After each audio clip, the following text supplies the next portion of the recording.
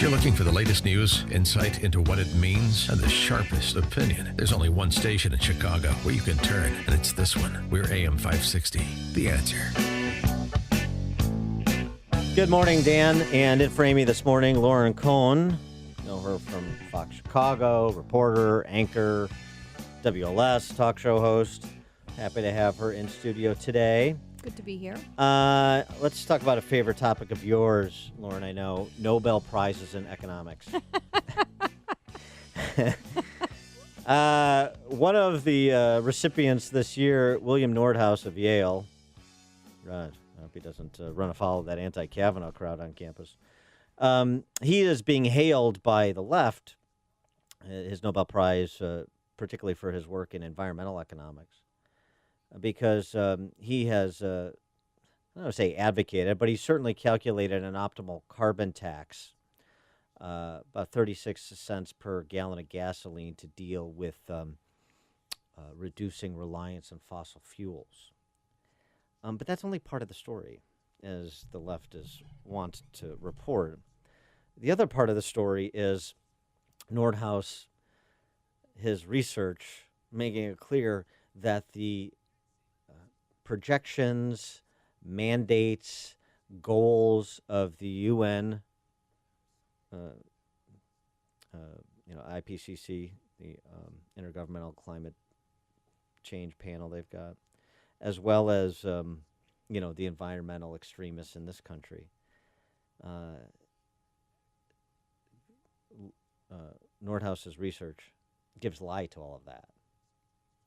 Good piece in the Wall Street Journal by Bjorn Lomborg, who's president of the Copenhagen Consensus Center. He's an environmental sciences expert as well. He's been writing about this topic for some time.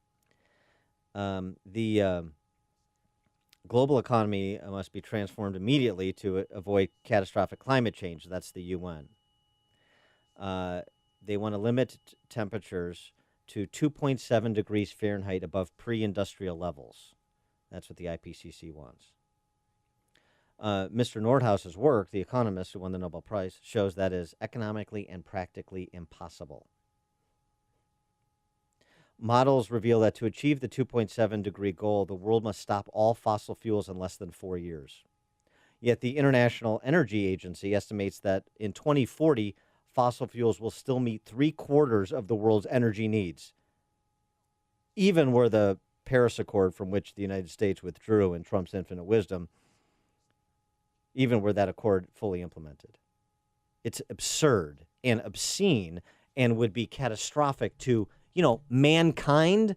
Remember us, the humans? I know the left isn't so interested in us, but Lomborg has previously written about the impacts of what the left wants, because this has been modeled. A couple of months ago, he dissected this study that was published in Nature Climate Change. Researchers from the International Institute for Applied Systems Analysis. I'm using all these names of organizations and associations you probably never heard of, because people who are not on board for the left's program are anti-science. Hardly. The ideologues of the left are anti-science. These researchers, experts in the space, found strong global climate action would cause more hunger and food insecurity than climate change itself. They used 8 global agricultural models to analyze various scenarios between now and 2050. These models suggest on average that climate change could put an extra 24 million people at risk of hunger. But a global carbon tax would increase food prices and push 78 million more people into risk of hunger. Trying to help 24 million people by imperiling 78 million people's lives is a very poor policy, wrote Lomborg at the time. It is, and we have additional economic backup to support that contention. I know this is a particular area of interest and expertise for our next guest as well, who writes about energy policy routinely, wrote a book about it. Very good.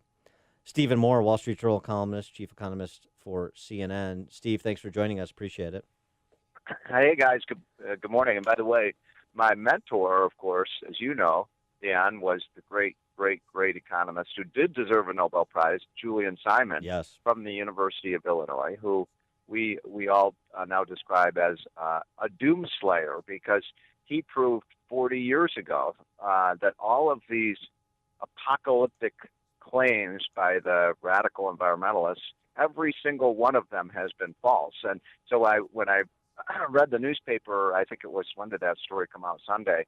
Oh my God, doom, the planet is facing environmental destruction. There will be no more water. There will be forest fires. There will be hurricanes. There will be, mass famine. I've read those headlines for 40 years, and every single prediction of doom, of course, has been discredited. Look, if global warming is the apocalyptic future that the United Nations climate scientists, who make, by the way, billions and billions of dollars off of this racket, if it were all true, then does there anyone out there, raise your hand if anyone thinks that the United Nations is going to change the global temperature? I mean, it's the stupidest thing I've ever heard. The way we would deal with climate change, if it were true, and I'm not saying it is or isn't, I think there's contrary evidence, is through technology and growth, not through government action.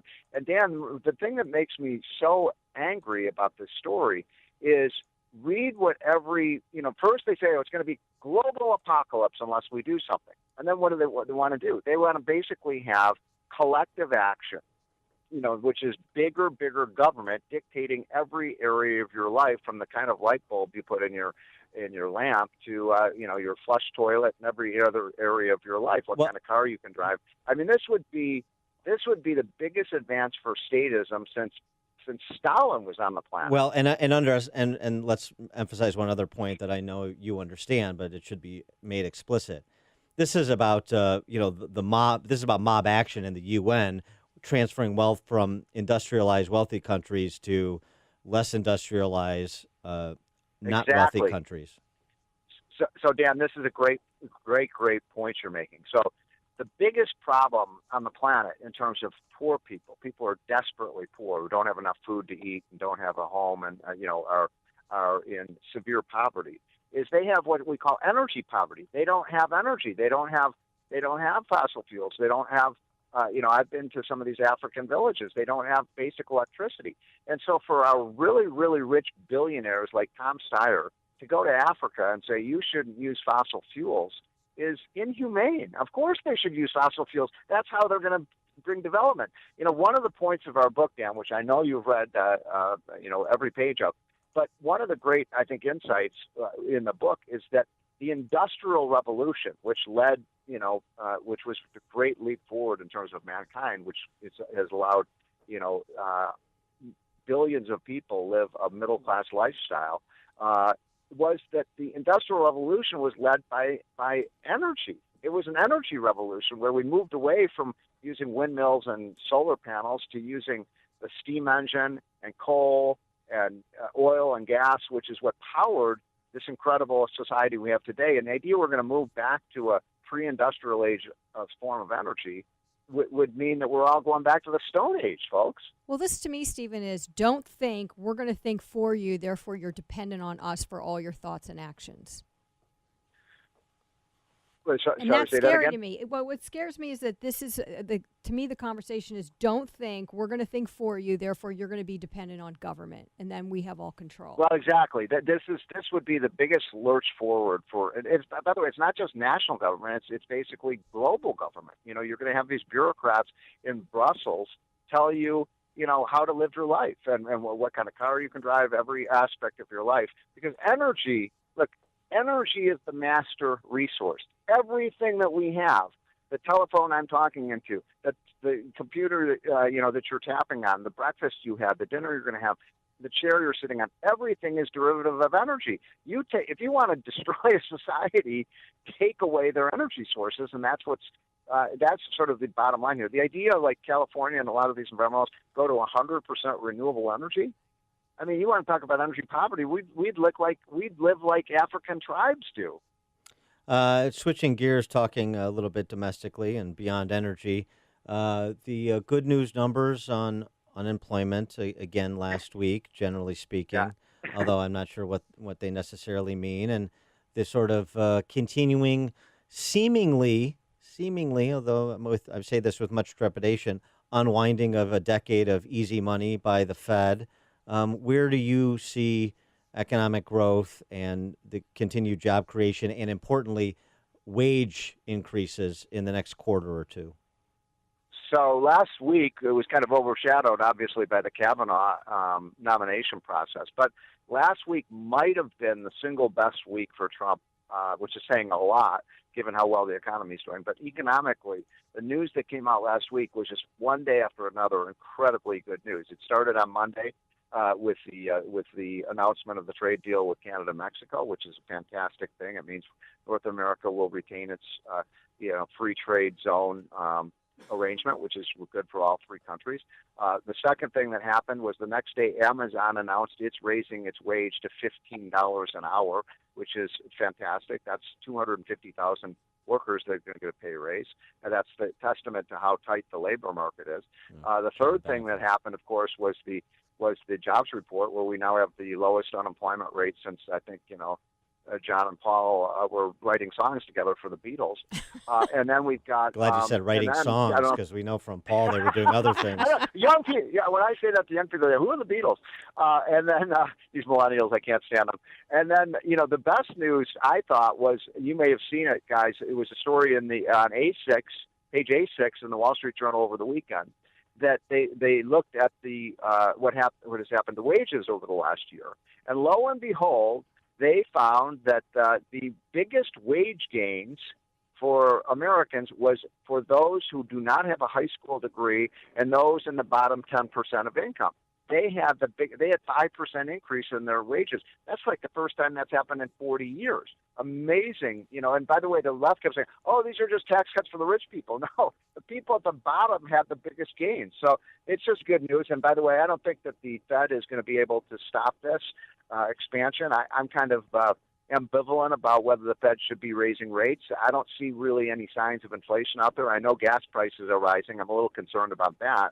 But you look at other kind of commodities, you just don't see any signs of inflation. Employers and businessmen and women tell me they don't have a lot of pricing power. They can't go out there and raise their prices by 10%, or they're going to get clobbered by their competition. So, it's a full-fledged boom we're in right now, and I think it can last another couple of years. All right, he is Steve Moore, Wall Street Journal columnist and chief economist for CNN. Steve, thanks as always for joining us. Appreciate it. All right, guys. Have a great week. You Bye. too. Thank you. And he joined us on the Turnkey.pro answer line. There's only one radio show in Chicago talking about today's biggest stories and telling you what they really mean. That show is this one, Chicago's Morning Answer on AM 560, The Answer.